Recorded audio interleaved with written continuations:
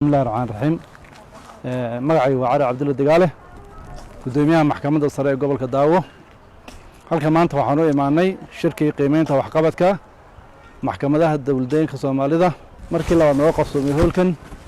shirkaas oo socon doona muddo 4 maalmood ah oo lagu qaada dhigi doono duulay yiraahdo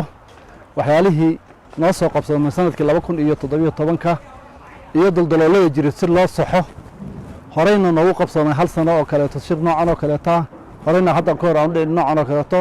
ayaan halkan u imaanay marka maalintiisi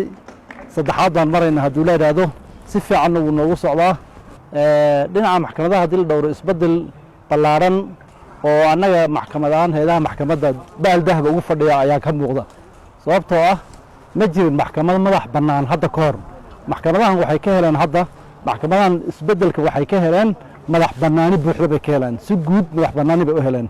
in qof garsooraha aan faylkiisa lagu faragelinin inuu qofka garsooraha faylkiisa u madax bannaan yahay uuna u qoolan yahay isagu wixii isaga faylkiisa uu ka sameeyaa marka waxay ka heleen madax bannaani bay ka heleen qiimeyntan waxaa loo sameynayaa si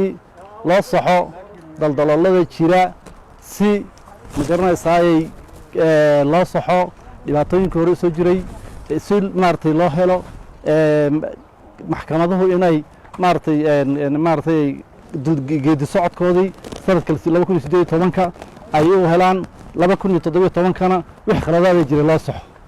shaqeedkaana uu boqolkiiba aad buu fiican yahay wax dhibaato kama jiro maxkamadaha degmooyinka iyo geedi socodkooda waa okay weeyo annaga iyo maxkamadaha degmooyinka si wanaagsan baynu u shaqeynaa shaqadana waa boqolkiiba weeyo wax dhaliilana kama jirto wix khaladaad jiraan annaga saxna nalaga keenno waan ka saxnaa annana wax dhaliilana maxkamadda guud baa naga saxda natiijo fiican baa laga filanayaa oo lagu rajo weyn yahay in hadduu Ilaahay raado oo ay sii socoto meel sare lagu gaaro laga filanayaa insha Allah bidin Allah kariim